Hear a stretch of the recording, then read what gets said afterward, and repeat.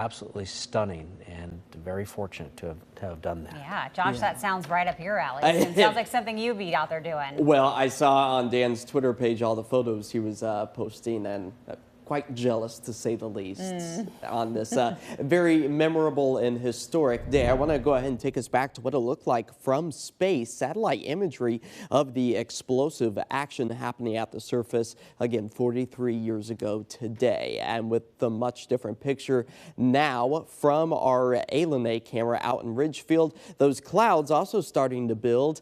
And that's exactly where we find our thunderstorms this afternoon and evening, bubbling up over the high terrain of the Cascades, also producing a significant amount of lightning once again.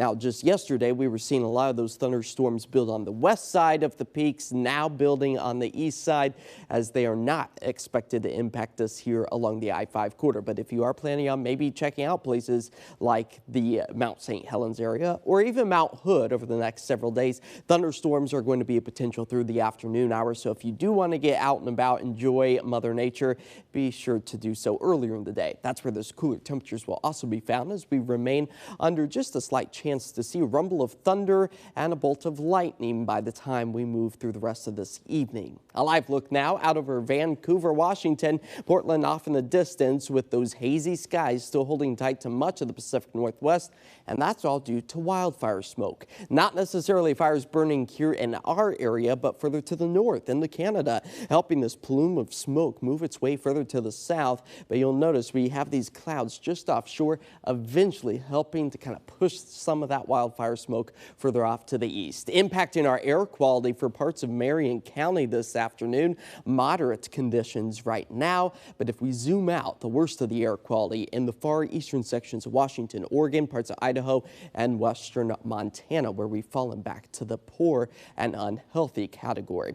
As our futurecast does keep the potential for some of the smoke due to controlled burns down towards the Deschutes County area, blowing up into the I-5 corridor by the time we get to tomorrow morning. So those kind of milky, hazy skies going to be staying with us at least for the next little while. Another beautiful live look out over downtown Portland. Those towering building cumulonimbus clouds, if you're able to set up a time lapse, they make for some great imagery, as we currently hold steady at about 53 degrees, going to take us all the way into the 80s through the late evening hours. It's not until we get to after sunset that those temperatures taper back into the 70s, all thanks to this ridge of high pressure that's plagued us over the past several days, keeping our temperatures about 10 to 15, if not even 20 degrees above what's normal for this time of year. But you'll notice this pocket of cool air slowly trying to march its way back into our area, and that will eventually be dropping our temperatures just in time for the weekend.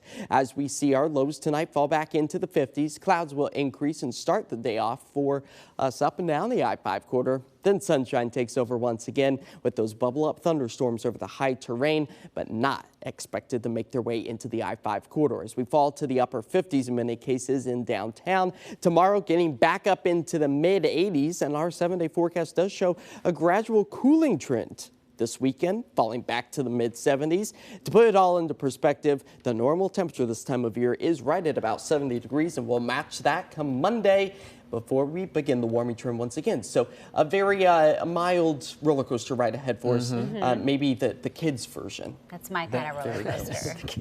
The one that just takes one ticket instead of 20? And it just, like, you know, just kind of tickles your stomach a little bit. Yes. Yeah. There you go. Okay, thanks, Josh. Hey, list of